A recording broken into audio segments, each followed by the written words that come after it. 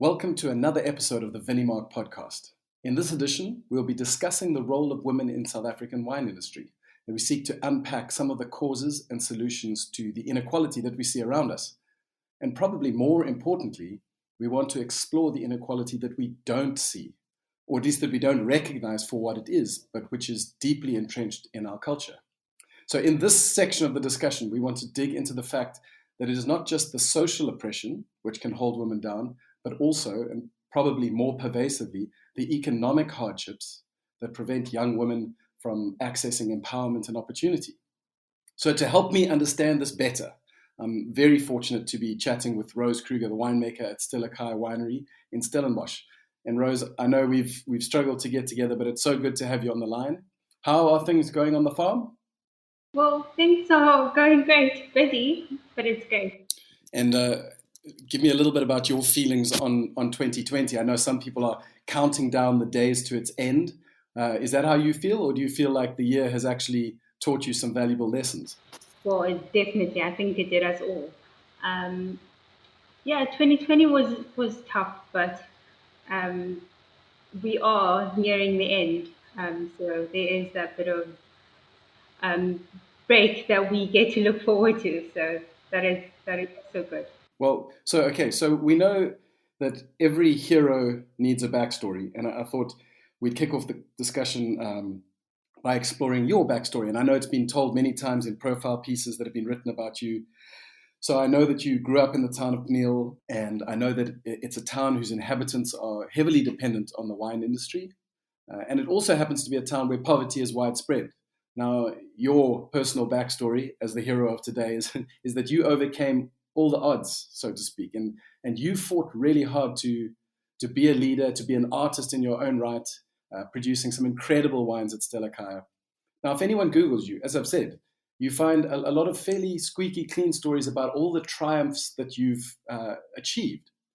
But all these so-called triumphs beg the question, what exactly were you triumphing over? And I wondered if we could start today by you giving me a little bit of insight into the toughest battles that you had to fight as a young girl when you were trying to dream up a future for yourself.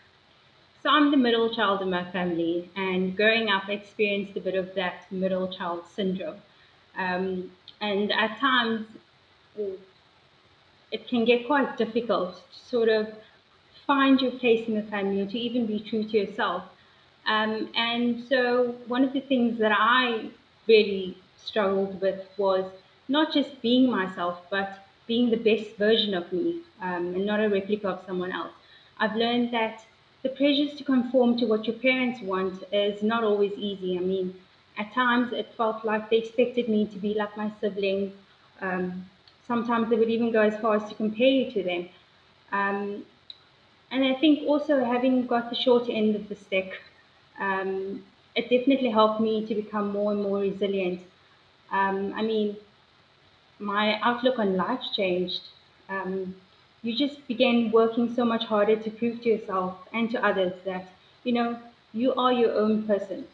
Um, so there's definitely that. And then I think also something that has definitely helped shape me and how I see the future was definitely being raised by a single mother when my father passed. So I had a great example in her. I mean, I got to see what hard work, what being strong, and it's these qualities that I to this day still work towards. So What I think is really interesting there are two elements that you brought up, and it's something that pops up again and again when we have this discussion around empowering women and strengthening women to grow into their full stature, is that thing of all humans are very much defined by the examples that they see around them. And I think what makes your story quite incredible is that you had to overcome the lack of examples.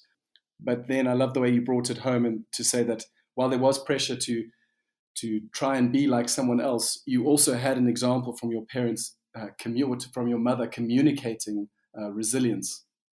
And I think that those two combinations are hugely important. Being able to have an example that communicates strength to you, but also being able to surpass or overcome a society that tells you, no, you can't be like that, or actually look around you. There aren't any examples of young women winemakers. So who do you think you are to overcome that? So now the other thing that strikes me about your story is that it draws to a close for you. If anyone reading your story online, it draws to a close with you wearing your shiny winemaker's hat and you are rolling a wine barrel romantically into the sunset. But you're only 29, right? In some senses, your story hasn't even begun yet. What are your aspirations for the next chapter of your life? Well, there's quite a few, but I think within the next 15 years or so, I think I would definitely like to do like another wine course, and even learn another language. But I think on a professional level, I would just like to become known for my craft, and I mean, also provide some form of mentorship. Uh, Having been a mentee myself, I've seen firsthand how enriching it can be and what it does for one's growth. So it's definitely something that I aspire to. So what are some examples of programs and initiatives in the wine industry that you think are shining examples of cultivating new talent, of giving opportunities to young women? Are there programs that you would recommend and want to make people aware of? Well, yes, there are definitely some. I mean, if we take the Cape Winemakers Guild, I was fortunate enough to be one of their proteges. So yeah, there's lots of different um, organizations that help aspiring individuals, but unfortunately, it is not necessarily limited to just females. It includes males as well. You were obviously chosen for that program because you had the spark, you had something special about you. What is your advice to young women winemakers who are wanting to put their best foot forward? What are the qualities that you think are required in order to make the most of these opportunities? Well, I think first of all, you need to sort of um, see if it's really what you want to do. Because I mean, quite often, if something sounds very fancy and most people just go for it. But I think what I really found helpful was to dig into wine and make sure that it was really what I wanted to do. I had to research, make sure that I know what each process entailed, so that I at least have a better understanding of what awaits me in future. So I think for anyone who is interested in this profession or any profession in general, it's just to do your research to make sure that it's actually what you want to do, um, before you like take the step. Rose, it feels to me if we go back to the setting of the town of Pniel, for example, and there are young teenage women who have seen perhaps your example and want to take a step forward. It feels to me like the advice to sort of do your research. It feels like that's quite a tricky thing to even conceive of. What would that look like? What would a young girl who's coming close to graduating from high school, if she's that lucky, what would be a good step, a practical step outside of simply doing her research that she could do? Could she visit a wine farm? I mean, I'm trying to understand how they would overcome these social obstacles, these education barriers. Some of these kids may not necessarily understand what doing the research means. Are there people, places, institutions that can help them? Well, yeah, there's lots of different things that you can do. I mean, you've mentioned one where you can go to say wine tastings or just to try and better understand wine, or the wine side of or the wine tasting side, I should say, of the winemaking process. So there are lots of different. I mean, there is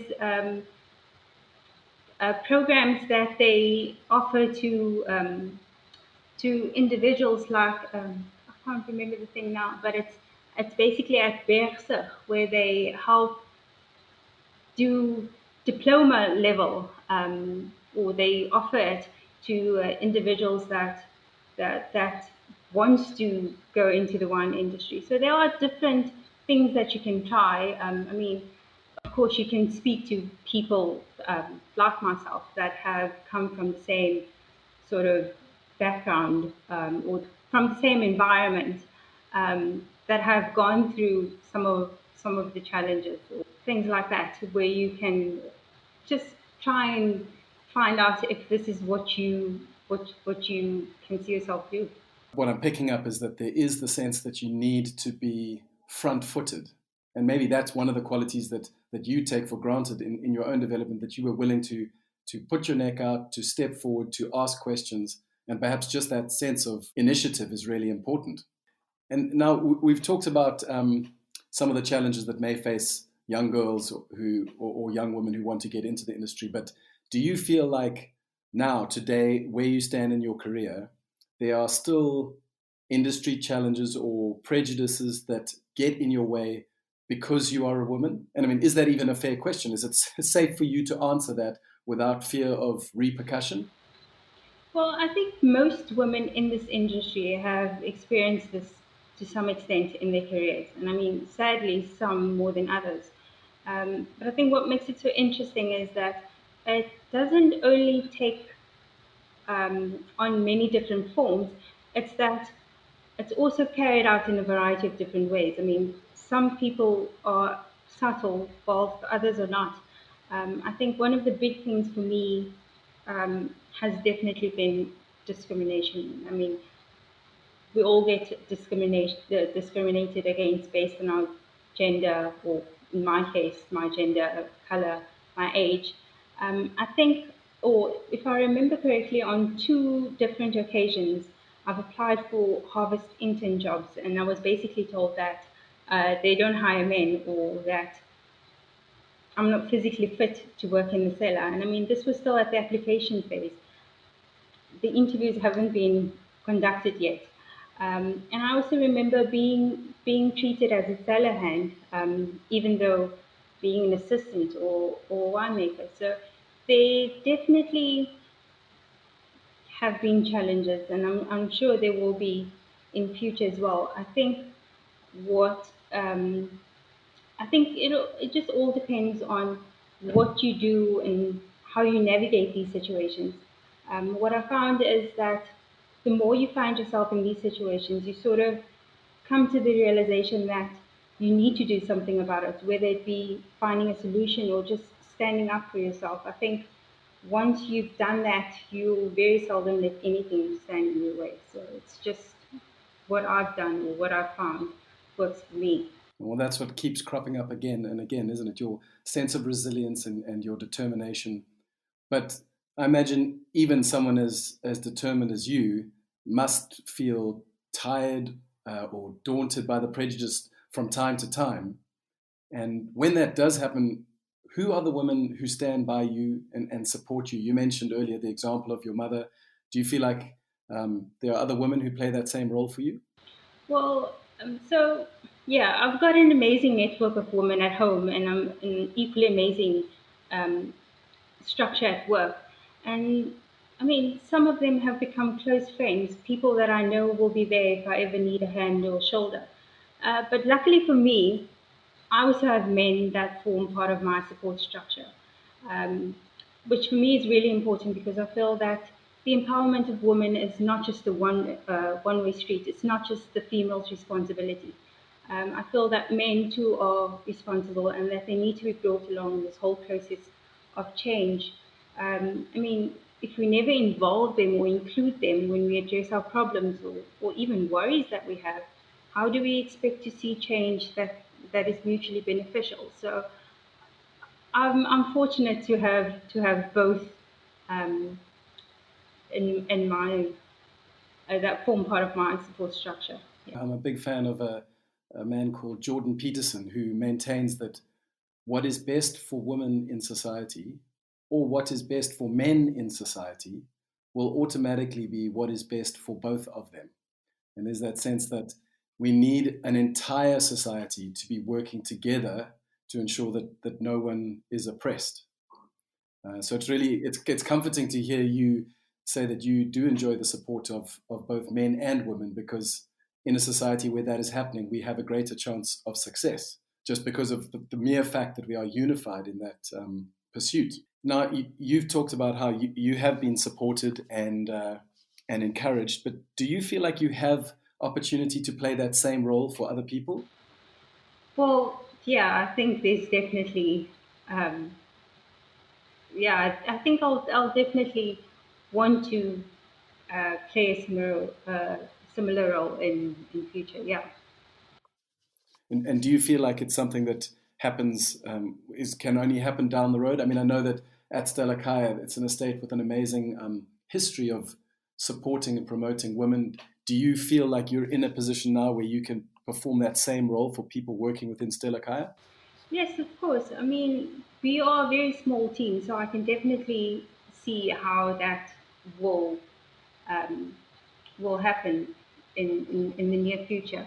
But yeah, I think it's definitely something that will happen. We were talking about how both men and women need to be able to work together in order to bring a sense of equality and beyond equality. And you also mentioned that if you're not able to talk to the people closest to you, then you're never going to be able to achieve success. My question is, do you find it easy to the men in your extended family or in your immediate vicinity to challenge them when they perhaps uh, put a foot wrong or expose a prejudice that they may not be aware of? Because to me, it feels like that would be quite a difficult thing to do. And yet, as you pointed out, that's what's necessary for society to heal itself, is for people to be able to be brave and speak out. Do you find yourself doing that on a regular basis? Well, if I see something wrong, then I'll definitely speak up. It won't necessarily mean that it will go my way, but at least I'm voicing it. So it should send some alarm bells ringing, I think. Yeah. And I know we've been talking specifically about your personal context, but I wondered if you were to think big now, and we've talked about all the triumphs you had to overcome, what do you think some of the changes that need to happen in the town of Pniel in order for little girls not to have to overcome challenges, but rather to be able to walk more freely into careers in viticulture and in winemaking? Are there things that you'd like to see change?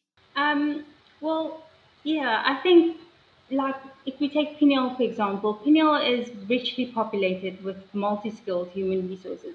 I think what we just need to do is to create a context in which change can occur.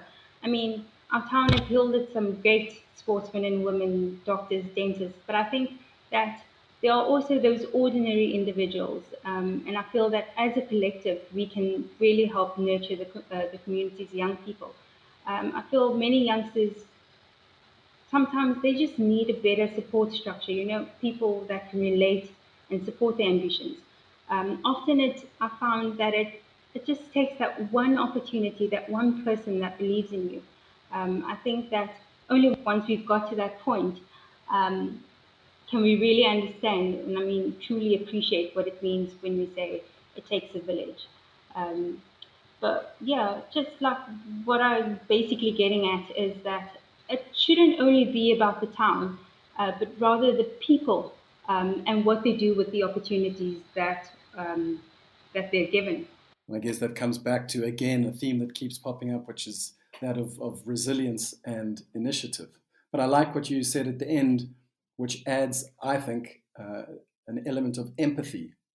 And I think you said it all it takes is one person to believe in someone, to give them that opportunity. And that's something that I think is beautiful. And I hope it's something that you see playing out in your life. And it clearly has been other people seeing something in you and giving you that opportunity. And I know that you are very busy and you need to get back into the winery. So I will cut it off there. But I just want to again express my gratitude for taking time to talk to us about this subject. And I trust that the last 30 days of 2020 will be full of joy and relaxation rather than full of stress. So thanks again. Thank you. We've reached the end of another episode of the Vinimark Podcast. If you enjoyed this episode, consider subscribing to the channel so that you can join us for more conversations around wine commerce, wine science, cellar mastery, marketing, and the rising trends amidst the industry's more adventurous pioneers.